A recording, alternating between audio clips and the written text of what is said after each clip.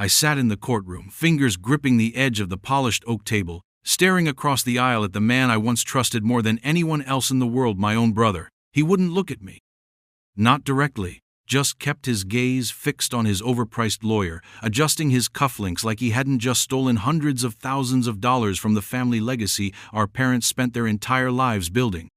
What the court didn't know yet, but what I was about to reveal, was that while he played the grieving son after our parents passed away, he had been siphoning money from their estate behind my back, falsifying signatures, creating secret bank accounts, liquidating assets before the will was even read. And the worst part? He smiled at the funeral like nothing was wrong, like he hadn't already planned to take everything.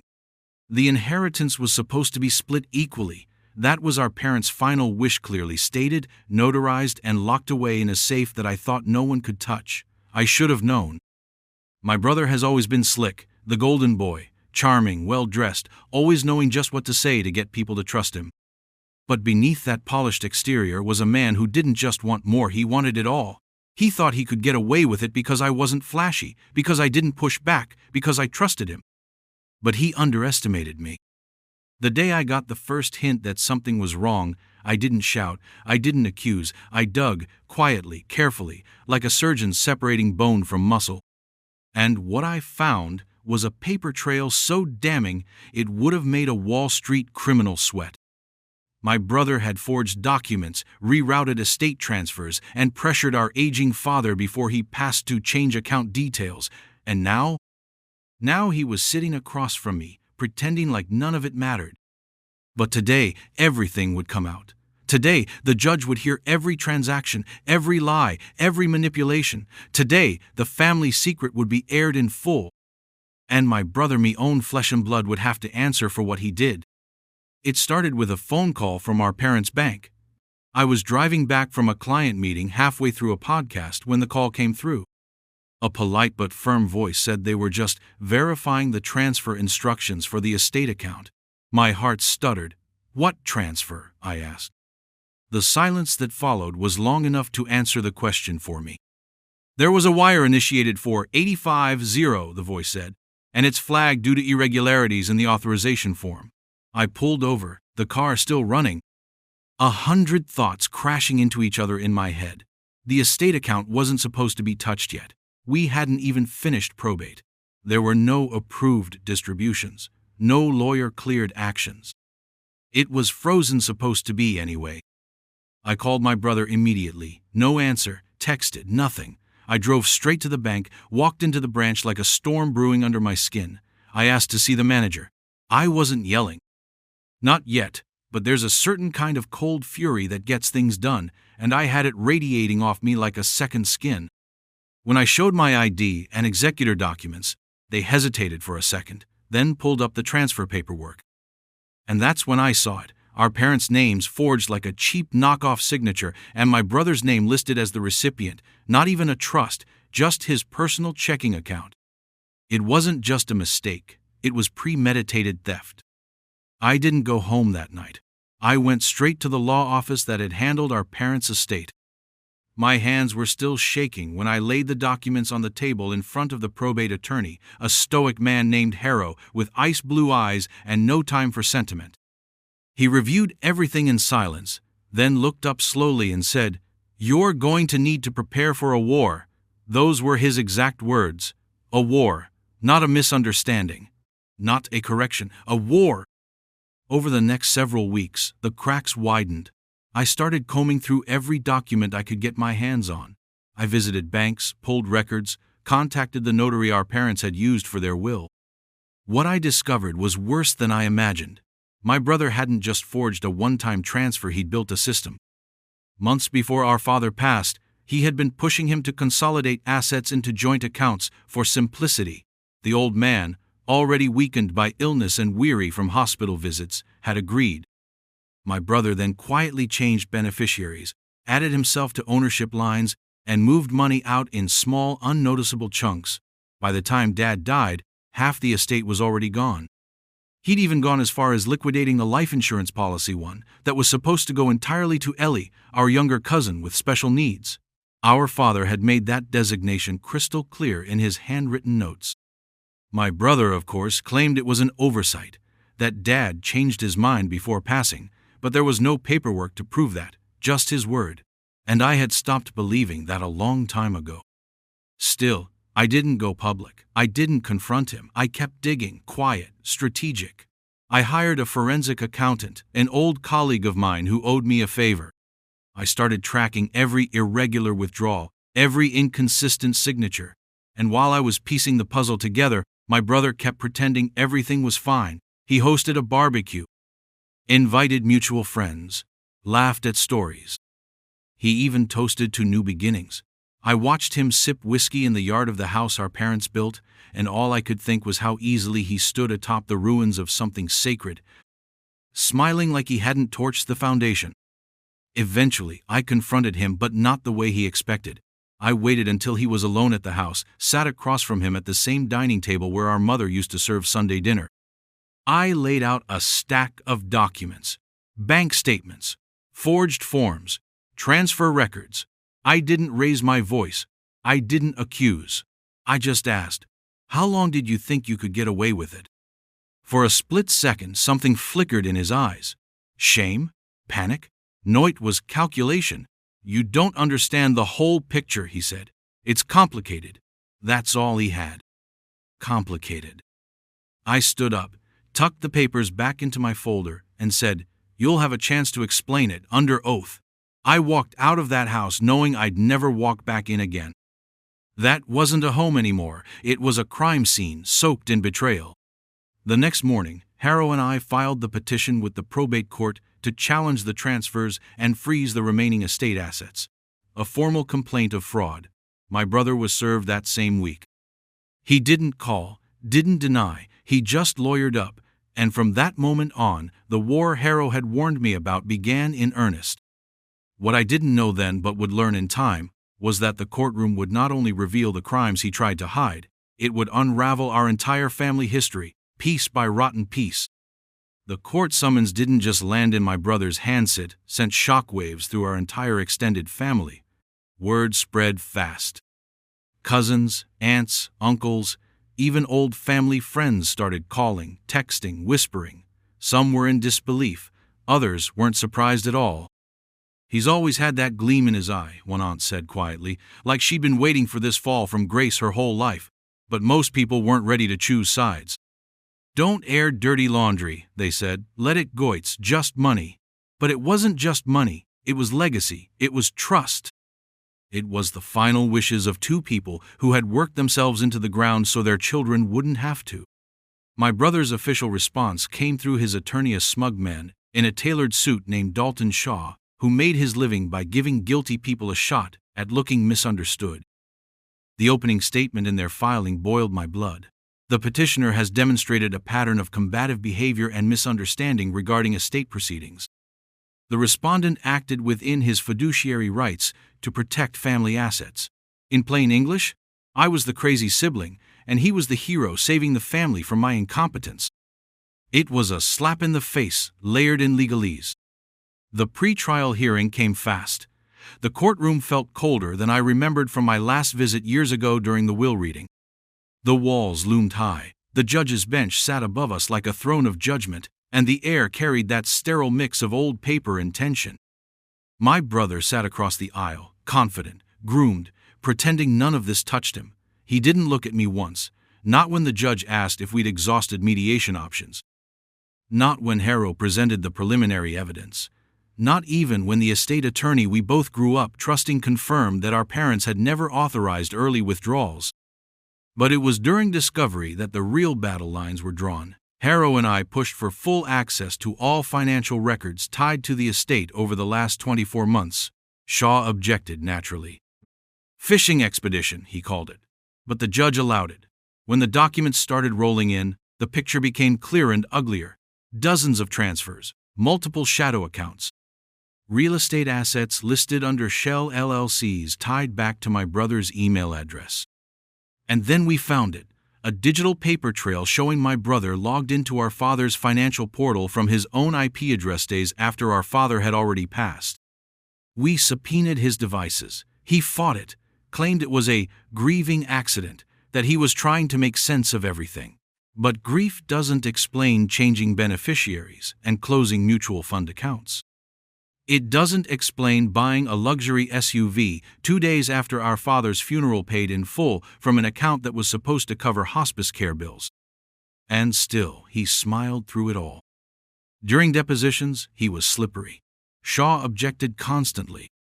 My brother answered everything with vague phrases. To my knowledge, I believe, I don't recall, but Harrow was relentless. He cornered him on timeline inconsistencies, then hit him with transaction records he thought we didn't have. My brother's mask cracked just slightly. A vein twitched near his temple. He didn't blow up, didn't confess, but he faltered. It was enough. Outside the courtroom, things got uglier. I started getting anonymous texts. You'll regret this. Family doesn't do this to family. Even a dead animal was left in my driveway one morning. I couldn't prove it was him, but I knew. The more desperate he became, the more reckless he grew. He filed a countersuit claiming I was mentally unfit to manage the estate, that I had coerced our father in the final weeks of his life, that I was creating stress that led to our mother's stroke. It was vile and baseless. But every accusation meant more delays, more court time, more legal fees. I stopped talking to anyone outside my lawyer and therapist. The stress was crushing. I barely slept, ate like a ghost. The kids, my niece and nephew, stopped coming to family events. My brother had spun a narrative that I was destroying the family for a few bucks. But I didn't need the money, I needed the truth on record, for our parents, for my own sanity, for the principle of it all. Then came the breaking point. One of the financial institutions subpoenaed finally submitted their full logs complete with biometric login timestamps. And there it was, black and white. My brother accessed the estate portal, uploaded false identity documents, and authorized 3 transfers totaling nearly 290. The kicker? One of the IP addresses pinged from a vacation home we had never visited as a family. I traced the property. It was in his name, purchased just 6 weeks after our dad died. I handed it all to Harrow. He reviewed it silently, then said, "This isn't just civil anymore, this is fraud, felony level." He made a second copy and walked it down to the DA's office himself. When we met again in court for the next hearing, everything felt different. My brother wasn't smiling anymore. Shaw was quiet. The courtroom buzzed with the sense that this wasn't going to end in settlement. It was going to end in exposure. The judge looked between us, then leaned forward and asked one question that cut through the noise like a razor. "Mr. Cartwright, did you, or did you not, benefit financially from estate transfers before legal authorization?" My brother hesitated, opened his mouth, then closed it again. That silence was the first honest answer he'd given since this all began. Courtrooms are strange arenas. They don't echo with swords clashing or armies shouting, but the silence, the stares, the slow turning of pages, those are the weapons. And on the day the lie finally died, the courtroom was quieter than I'd ever heard it. No one shuffled papers, no one coughed. It was the kind of silence you get right before a building implodes. My brother sat beside his attorney, dressed like he always did for war-tailored suit, perfect tie, the same watch Dad gave him on his graduation day. Except now, it looked more like armor than a keepsake. And this time, he wasn't radiating charm. He looked tired, pale, and the longer he kept his head down, the more I knew he could feel the collapse coming. It began with the forensic accountant's testimony. A quiet, unassuming woman with thick glasses and an ironclad voice. She wasn't dramatic. She didn't need to be. She brought numbers, spreadsheets, login records, transaction timestamps. She showed the court exactly how my brother had manipulated account show. He rerouted funds through a web of short-lived LLCs, each one popping up days before major transactions. One of them was a shell company with a name suspiciously close to our mother's maiden name, just close enough to look familiar, just different enough to not be caught on first glance. She displayed charts with red arrows tracing every dollar from our family trust into his pockets. And then, the property records 3 homes in 3 different states, all paid in cash, all in his name. All purchased within 6 months of our father's death. My brother didn't flinch at first. He crossed his arms, tilted his head like he was listening to some boring seminar. But then she said it. These transactions violate the probate freeze and appear to be premeditated with intent to defraud both the estate and its rightful heirs. The judge's eyes flicked over to him. Shaw leaned in, whispering something sharp and fast. For the first time since we'd started this war, I saw sweat bead on my brother's forehead. Next came the notary, the one who supposedly verified our parents' final changes to the estate. He was older now, gray creeping into his beard, but his voice was steady as stone. I never saw them sign those documents, he said bluntly. This notarization is a forgery. That's not my stamp. A ripple moved through the room. One of the Juro-san older woman in the front row covered her mouth with her hand. The judge asked for clarification. Are you saying your signature was forged? Yes, Your Honor, absolutely. It was over. Everyone felt it, like watching someone bluff with a losing hand, desperately hoping for a miracle card that would never come. Then it was my turn to testify. I didn't want to. I had relived this story more times than I could count, every lie, every betrayal, every sleepless night and bank statement. But I knew I had to stand there, not as a grieving son or angry brother, but as the last wall between justice and silence. I took the stand, raised my hand, and swore the truth. And then I told them everything. I told them about the first phone call from the bank, about the night I confronted him at our parents' dining room table, about the fake accounts, the forged documents, the vacation home he bought while our father was dying in hospice. I didn't cry, not then, but I remember looking out into the courtroom and seeing our old family lawyer sitting in the back row. He looked gutted, not surprised, just sad. Because he'd known us since we were kids. He remembered birthday parties and graduation photos, and now he was watching one of those boys burn everything to the ground. The prosecution rested after I testified. Shaw declined to put my brother on the stand. No further statements, he said. His voice was quieter than usual.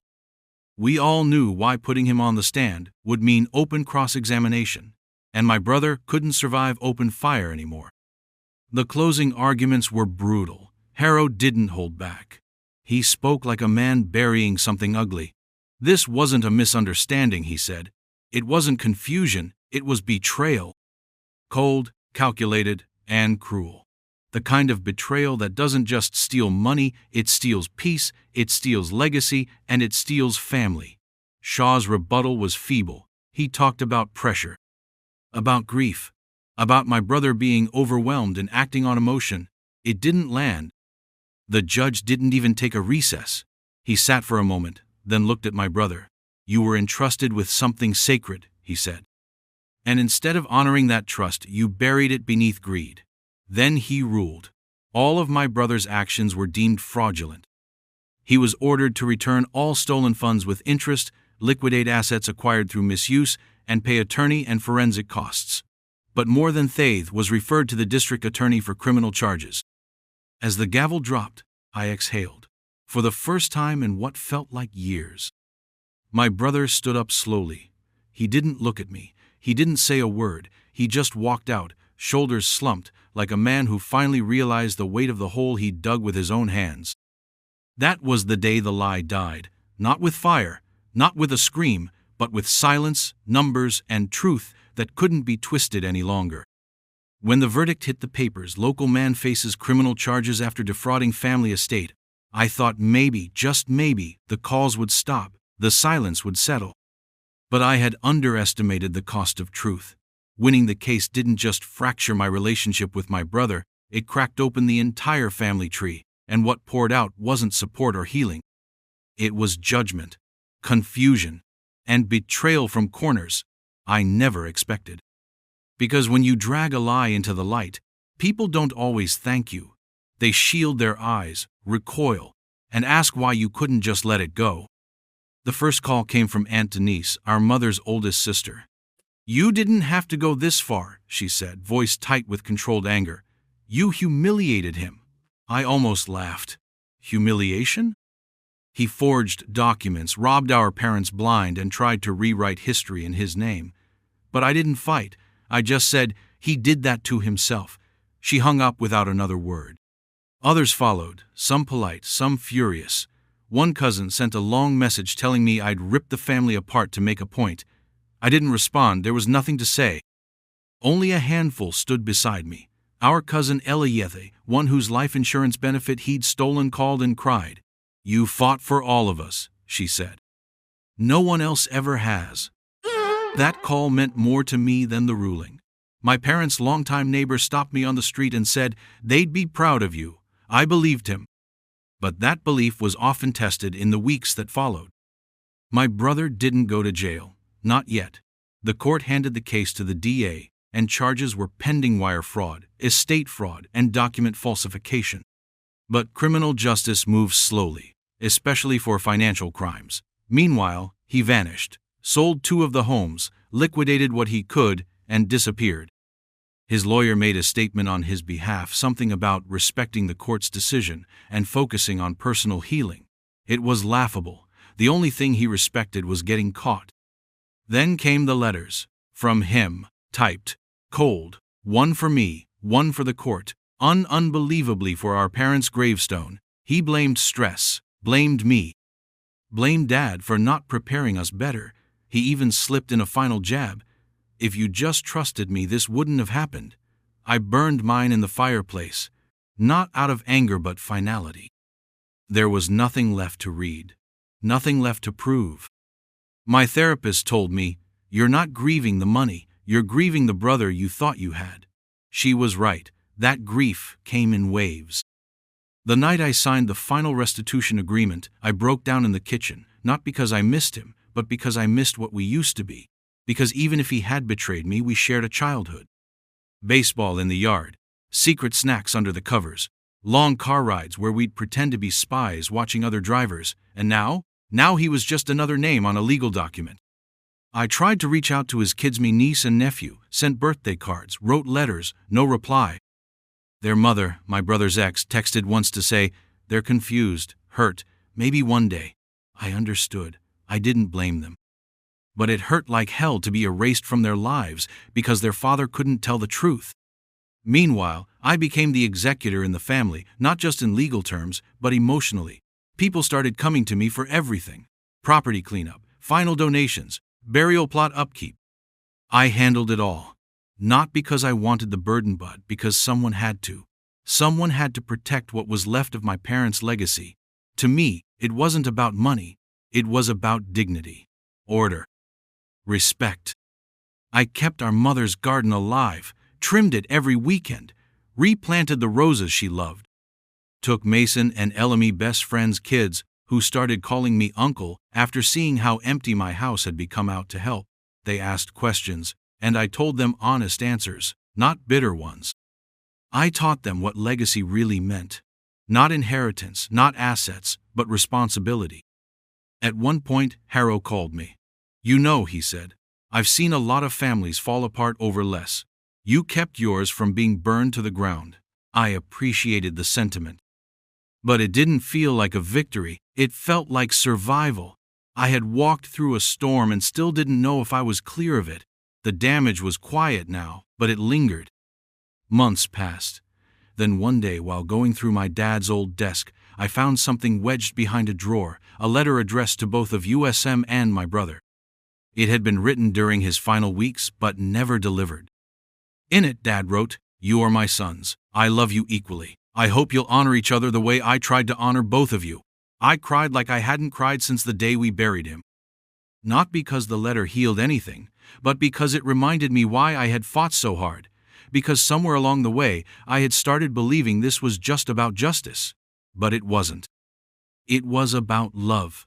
About a love betrayed, a love defended, a love that deserved to live uneven when one half of it walked away. That was the cost of truth. The victory tasted like ash, but it was still a victory, and I'd pay the price all over again if it meant protecting what mattered most.